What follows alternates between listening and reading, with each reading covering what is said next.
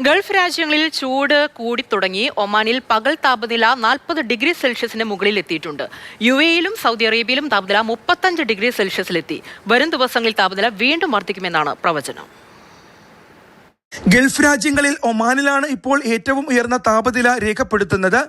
ഒമാനിലെ ജാലാൻ ബനി ബുഹസൻ പ്രദേശത്ത് 40.8 ഡിഗ്രി സെൽഷ്യസ് ആണ് കഴിഞ്ഞ ദിവസം രേഖപ്പെടുത്തിയ താപനില. ഹംറ ദുറൂഇൽ 40.7 ഡിഗ്രി സെൽഷ്യസും സമായിലിൽ 40.2 ഡിഗ്രി സെൽഷ്യസിലും എത്തി.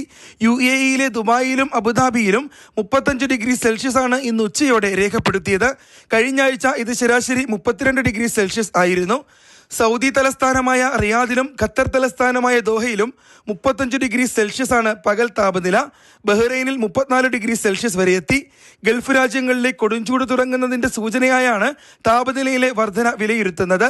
അതേസമയം രാത്രികാലങ്ങളിൽ താപനിലയിൽ നേരിയ കുറവുണ്ട്. ഒമാനിലെ സൈക്ക് മേഖലയിൽ രാത്രി താപനില 13.6 ഡിഗ്രി വരെ കുറഞ്ഞു. ഹൈമ, ഫഹൂദ്, യങ്കൂൽ, അൽമസ്യൂന, ഇബ്ര എന്നിവിടങ്ങളിലും രാത്രി താപനില കുറവാണ്. മലയോരങ്ങളിലാണ് രാത്രിയിൽ താപനില കുറയുന്നത്. UAE-യിലും സൗദിയിലും മലയോര പ്രദേശങ്ങളിലും തീരമേഖലകളിലും രാത്രികാല താപനില 20 ഡിഗ്രി സെൽഷ്യസ് വരെ കുറയുന്നുണ്ട്. ഈ മാസം പകുതിയോടെ ഗൾഫ് രാജ്യങ്ങളിലെ താപനില വീണ്ടും വർദ്ധിക്കുമെന്നാണ് വിലയിരുത്തൽ. ജൂൺ, ജൂലൈ, ആഗസ്റ്റ് മാസങ്ങളിലാകും ഏറ്റവും ഉയർന്ന താപനില രേഖപ്പെടുത്തുക. Mathrubhumi news, Muscat.